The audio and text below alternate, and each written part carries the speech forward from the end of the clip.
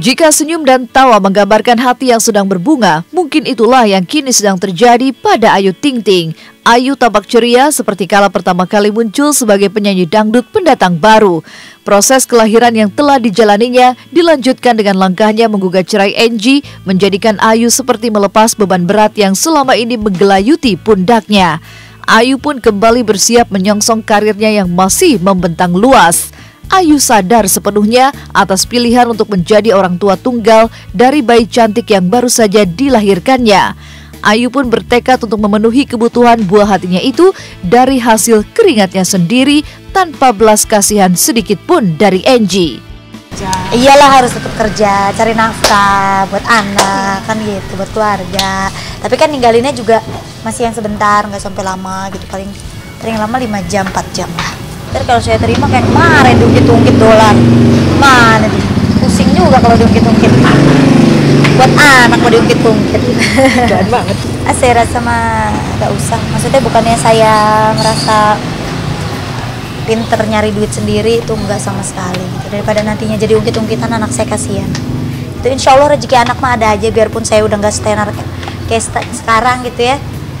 Saya pasti nyari kerjaan lah, berusaha untuk tetap menafkahi anak dan keluarga saya dengan cara yang halal, insya Allah.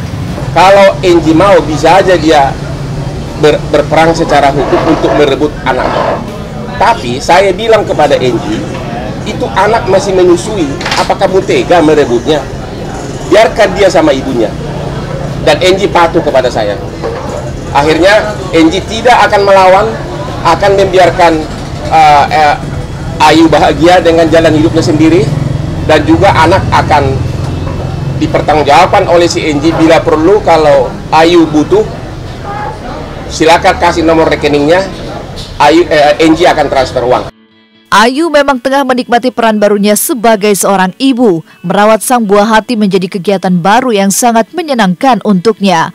Meski terkadang lelah menghampiri, namun Ayu mengaku tetap enjoy saat harus mengurus malaikat kecilnya itu. Bahkan dikala istirahat malamnya terganggu lantaran harus terbangun karena tangisan si bayi, Ayu tetap antusias membuka matanya. Ayu juga merasa beruntung lantaran sang bunda Umi Kalsum selalu berada di sisinya guna membantunya merawat si kecil. Enggak, dengan senang hati. Senang aja punya anak itu, ngerawatnya pakai popok, gantiin popok, pakai pampers, kayak gitu. Udah bisa berarti ada? Udah, tapi kalau mandiin doang yang belum, masih takut ngeri-ngeri. Enggak sih, enggak. Tetap sama ibu gitu, karena kan ibu juga bilang lebih percaya sama nggak terlalu percaya sama orang gitu ya, mendingan ibu aja yang mandiin. Oh jadi beda banget, tidurnya agak sedikit lebih berkurang gitu ya, karena kan kalau malam kan bayi kan nggak bisa kita tentuin jadwalnya, sesuka hati dia bangun, seenak-enaknya dia mau bangun kan, jadi ya udah kita harus siap siaga gitu. Jadi ya kadang walaupun ngantuk-ngantuk, saya yang paling sering saya lakuin kalau ngantuk-ngantuk, bu Tetep ya ibu, tetep ya manggil bu. Ibu yang ngerapiin bangun. Tapi kalau nanti udah tinggal emaknya gitu. Tinggal ngasih.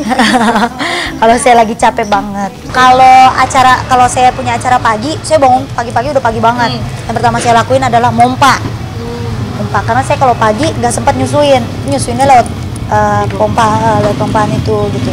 Langsung mandi buru-buru, nyium anak langsung pergi. Tapi kalau misalnya libur nggak ada acara, ya pagi bangun, saya bangun, baby pasti ikutan bangun gitu. Terus saya susuin dulu, terus dia kan tidur lagi tuh. Kalau mataharinya udah muncul, baru saya jemur. Kalau mataharinya diskon, ya berarti nggak dijemur. Bisa jam berapa tuh jemurnya? Hah? Bisa jam berapa jemurnya? Mau tahu aja, lihat aja matahari terangnya jam berapa. Terlepas dari kebahagiaan yang kini tengah dirasa, namun langkah Ayu menggugat cerai Angie sepertinya tidak menjadikan persoalan rumah tangganya akan selesai begitu saja. Karena ada permasalahan lain yang coba dipersoalkan Angie, yaitu menyangkut asal-usulnya sebagai ayah biologis dari bayi yang dilahirkan Ayu. Lantas, apa kata Ayu soal itu? Benarkah Ayu juga akan menolak mentah-mentah hadiah yang kabarnya akan dikirimkan Angie untuk buah hatinya? Enggak ada hadiah-hadiah, ntar diungkit juga kalau diterima. Berarti dibalikin deh kalau misalnya ada gitu. Saya serahin aja sama teman-teman wartawan, maunya gimana, mau diterima apa enggak? Surat apa? Ada berita katanya sempat ngirim surat ke pihak sini dari pihak Angie. Enggak, saya nggak pernah nerima surat. Kayak zaman dulu ya, surat Teh, untuk aku sendiri ntar bakal Ya itu urusan saya nanti lah. Udah dibuat ya? udah dibuat ya? Ya urusan saya, mau udah dibuat mau enggak kan gak ada masalahnya. Orang anak baru lahir kok udah ribut-ributin akte kelahiran. Tuh kayak ngeributin apaan aja. Slow aja hidup itu, jangan buat tegang bro. Akte kelahiran, saya ingatkan kepada Ayu, semua langkah-langkah yang diambil harus demi kepentingan anak.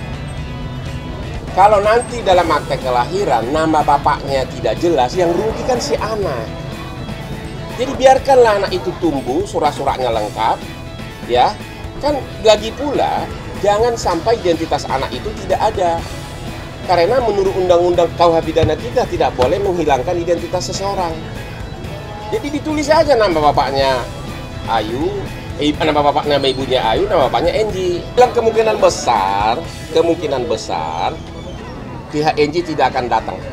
Karena dalam rangka memperlancar persidangan agar cepat selesai, agar cepat si Ayu mendapatkan yang dia inginkan, yaitu status bahagia sendiri gitu loh.